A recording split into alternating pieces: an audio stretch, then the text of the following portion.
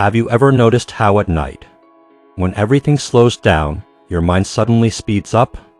You're lying in bed, lights off, and suddenly you remember that awkward thing you said 3 years ago. Or you start planning tomorrow's to-do list like you're running a board meeting in your head. Yeah, been there, done that.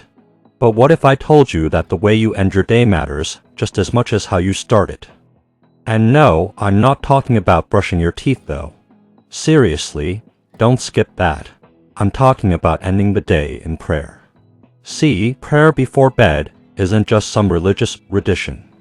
It's like plugging your phone into the charger overnight. You might be running on 5% battery. Spiritually and emotionally, and prayer is how God restores you back to 100%. Now, let's get real for a second. Most of us go to bed with baggage. Some days feel heavy, others feel chaotic, and some nights we're just exhausted. But when you take even a few moments to talk to God before you sleep, you're doing more than reciting nice words. You're handing Him the weight you were never meant to carry into tomorrow. Think about it. When kids are scared of the dark, what do? They run to their parents. They don't overthink it. They don't create a PowerPoint presentation on why they're afraid. They just run. That's what prayer is. It's us running to our Father before the night settles in. And the Bible actually encourages this. Psalm 4:8 says, "In peace I will lie down and sleep. For you alone, Lord, make me dwell in safety." That's a bedtime prayer right there. David knew that sleep isn't just about closing your eyes. It's about resting in God's protection. Now, I'll be honest, I used to think bedtime prayer was optional. Like I already prayed this morning. Do I really need a rerun at night? But here's what changed my mind. Nighttime prayer is about closing the chapter on today, so tomorrow doesn't start with leftover stress. It's like hitting the save and exit button on a document. If you don't do it, you wake up with all those unsaved drafts of worry floating around in your head. So how do you pray before bed? Honestly, keep it simple. You don't need Shakespearean language or a 20-minute sermon.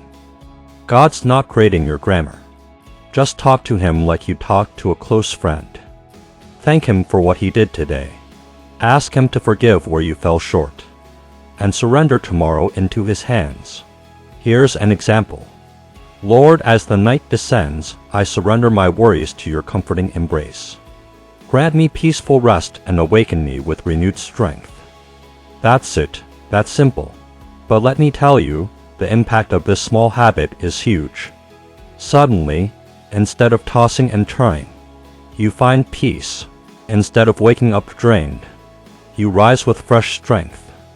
It's not magic, it's trust. You're saying, God, you're in control, so I can actually sleep. And hey, can I add a little humor here?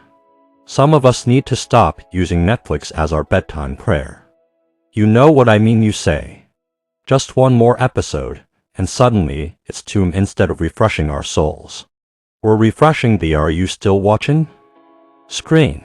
Don't let that be your nightly benediction. Prayer before bed is simple, powerful, and personal. It's the difference between carrying today's burdens into tomorrow and letting God handle them while you rest.